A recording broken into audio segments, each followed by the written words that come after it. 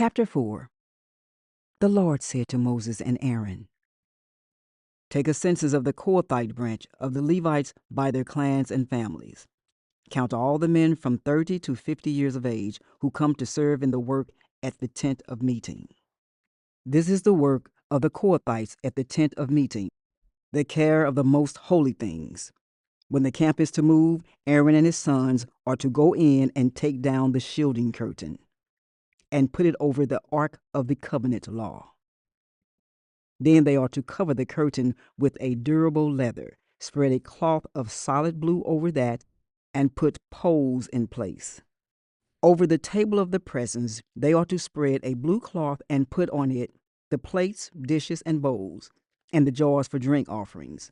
The bread that is continually there is to remain on it. They are to spread a scarlet cloth over them, cover that with the durable leather, and put the poles in place. They are to take a blue cloth and cover the lampstand that is for light, together with its lamps, its wick trimmers and trays, and all its jars for the olive oil used to supply it. Then they are to wrap it and all its accessories in a covering of the durable leather and put it on a carrying frame. Over the gold altar, they are to spread a blue cloth and cover that with the durable leather and put the poles in place.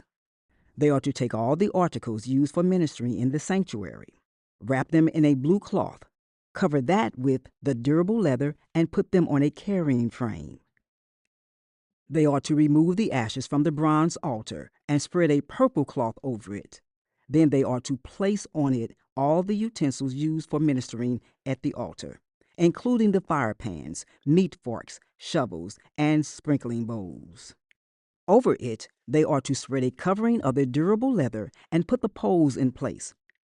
After Aaron and his sons have finished covering the holy furnishings and all the holy articles, and when the camp is ready to move, only then are the Kohathites to come and do the carrying. But they must not touch the holy things, or they will die. The Kohathites are to carry those things that are in the tent of meeting. Eleazar, son of Aaron the priest, is to have charge of the oil for the light, the fragrant incense, the regular grain offering, and the anointing oil. He is to be in charge of the entire tabernacle and everything in it, including its holy furnishings and articles. The Lord said to Moses and Aaron, "See that the Kohathite tribal clans are not destroyed from among the Levites, so that they may live and not die when they come near the most holy things. Do this for them. Aaron and his sons are to go into the sanctuary and assign to each man his work and what he is to carry. But the Kohathites must not go in to look at the holy things, even for a moment, or they will die." The Lord said to Moses, "Take a census also of the Gershonites by their families and clans. Count all the men from 30 to 50 years of age who come to serve in the work at the tent of meeting. This is the service of the Gershonite clans in their carrying and their other work. They are to carry the curtains of the tabernacle, that is the tent of meeting, its covering and its outer covering of durable leather, the curtains for the entrance to the tent of meeting, the curtains of the courtyard surrounding the tabernacle and altar, the curtain for the entrance to the courtyard, the ropes and all the equipment used in the service of the tent. The Gershonites are to do all that needs to be done with these things. All their service, whether carrying or doing other work, is to be done under the direction of Aaron and his sons. You shall assign to them as their responsibility all they are to carry. This is the service of the Gershonite clans at the tent of meeting. Their duties are to be under the direction of Ithamar, son of Aaron, the priest. Count the Merarites by clans and families. Count all the men from 30 to 50 years of age who come to serve in the work at the tent of meeting. As part of all their service at the tent, they are to carry the frames of the tabernacle, its crossbars, posts, and bases, as well as the posts of the surrounding courtyard with their bases, tent pegs, ropes, all their equipment, and everything related to their use. Assign to each man the specific things he is to carry. This is the service of the Merarite clans as they work at the tent of meeting, under the direction of Ithamar, son of Aaron the priest. Moses and Aaron and the leaders of the community counted the Kohathites by their clans and families. All the men from 30 to 50 years of age who came to serve in the work at the tent of meeting, counted by clans, were 2,750. This was the total of all those in the Kohathite clans who served at the tent of meeting. Moses and Aaron counted them according to the Lord's command through Moses. The Gershonites were counted by their clans and families. All the men from 30 to 50 years of age who came to serve in the work at the tent of meeting, counted by their clans and families, were 2,630. This was the total of those in the Gershonite clans who served at the tent of meeting. Moses and Aaron counted them according to the Lord's command. The Merarites were counted by their clans and families. All the men from 30 to 50 years of age who came to serve in the work at the tent of meeting, counted by their clans, were 3,200. This was the total of those in the Merarite clans. Moses and Aaron counted them according to the Lord's command through Moses.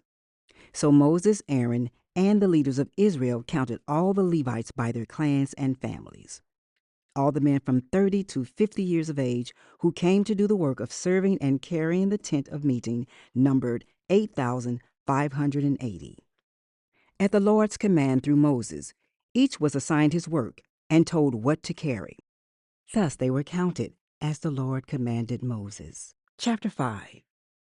The Lord said to Moses, "Command the Israelites to send away from the camp anyone who has a defiling skin disease or a discharge of any kind, or who is ceremonially unclean because of a dead body. Send away male and female alike.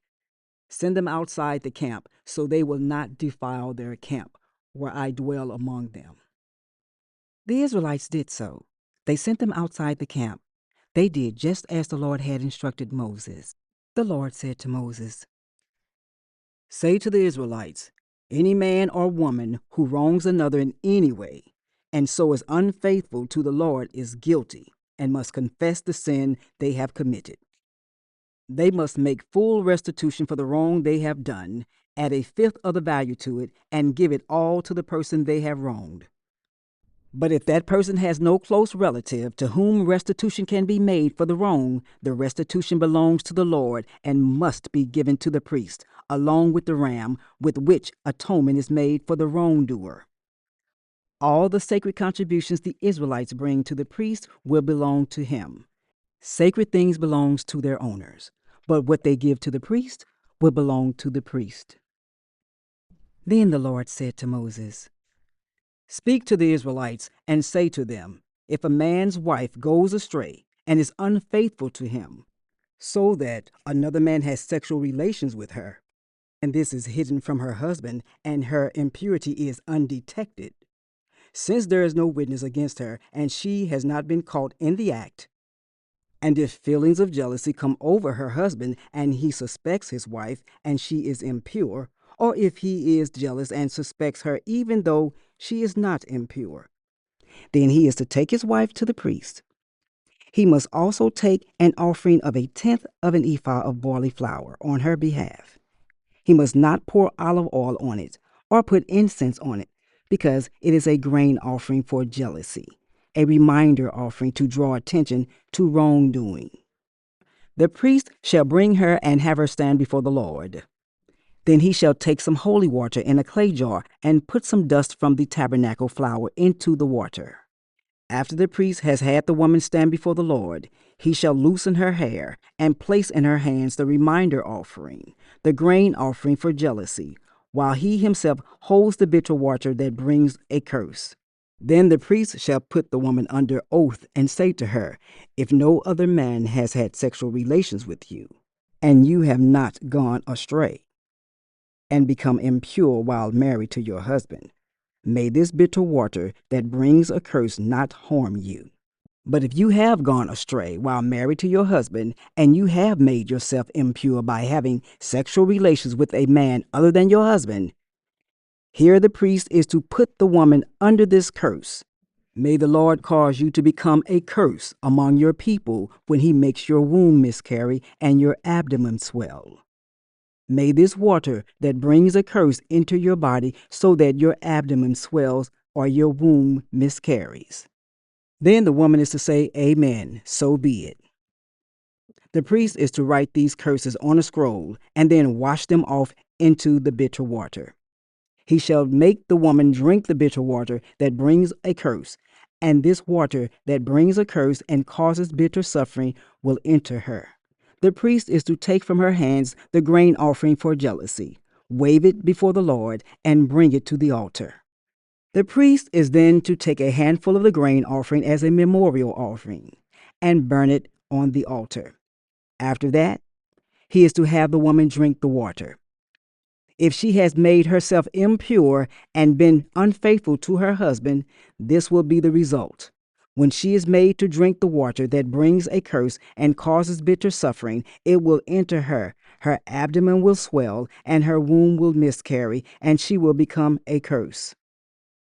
If, however, the woman has not made herself impure, but is clean, she will be cleared of guilt and will be able to have children. This, then, is the law of jealousy when a woman goes astray and makes herself impure while married to her husband, or when feelings of jealousy come over a man because he suspects his wife. The priest is to have her stand before the Lord and is to apply this entire law to her. The husband will be innocent of any wrongdoing, but the woman will bear the consequences of her sin. Chapter 6. The Lord said to Moses, Speak to the Israelites and say to them, if a man or a woman wants to make a special vow, a vow of dedication to the Lord as a Nazirite, they must abstain from wine and other fermented drink and must not drink vinegar made from wine or other fermented drink. They must not drink grape juice or eat grapes or raisins. As long as they remain under the Nazirite vow, they must not eat anything that comes from the grapevine, not even the seeds or skins. During the entire period of their Nazirite vow, no razor may be used on their head. They must be holy until the period of their dedication to the Lord is over. They must let their hair grow long. Throughout the period of their dedication to the Lord, the Nazirite must not go near a dead body. Even if their own father or mother or brother or sister dies, they must not make themselves ceremonially unclean on account of them, because the symbol of their dedication to God is on their head. Throughout the period of their dedication, they are consecrated to the Lord. If someone dies suddenly in the Nazirite's presence, thus defiling the hair that symbolizes their dedication, they must shave their head on the 7th day, the day of their cleansing. Then on the 8th day, they must bring 2 doves or 2 young pigeons to the priest at the entrance to the tent of meeting. The priest is to offer one as a sin offering and the other as a burnt offering to make atonement for the Nazirite because they sinned by being in the presence of the dead body. That same day, they are to consecrate their head again. They must rededicate themselves to the Lord for the same period of dedication and must bring a year-old male lamb as a guilt offering. The previous days do not count because they became defiled during their period of dedication. Now this is the law of the Nazirite. When the period of their dedication is over, they are to be brought to the entrance to the tent of meeting. There they are to present their offerings to the Lord, a year-old male lamb without defect for a burnt offering, a year-old ewe lamb without defect for a sin offering, a ram without defect for a fellowship offering, together with their grain offerings and drink offerings, and a basket of bread made with the finest flour and without yeast, thick loaves with olive oil mixed in, and thin loaves brushed with olive oil. The priest is to present all these before the Lord and make the sin offering and the burnt offering. He is to present the basket of unleavened bread and is to sacrifice the ram as a fellowship offering to the Lord, together with its grain offering and drink offering.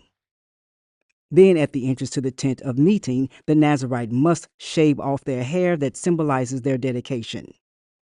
They are to take the hair and put it in the fire that is under the sacrifice of the fellowship offering.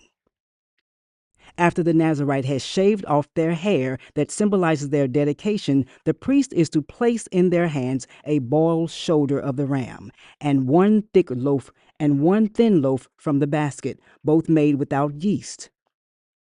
The priest shall then wave these before the Lord as a wave offering. They are holy and belong to the priest, together with the breast that was waved and the thigh that was presented. After that, the Nazirite may drink wine. This is the law of the Nazirite who vows offerings to the Lord in accordance with their dedication, in addition to whatever else they can afford. They must fulfill the vows they have made according to the law of the Nazirite. The Lord said to Moses, "Tell Aaron and his sons, this is how you are to bless the Israelites. Say to them, the Lord bless you and keep you. The Lord make his face shine on you and be gracious to you. The Lord turn his face toward you and give you peace. So they will put my name on the Israelites, and I will bless them."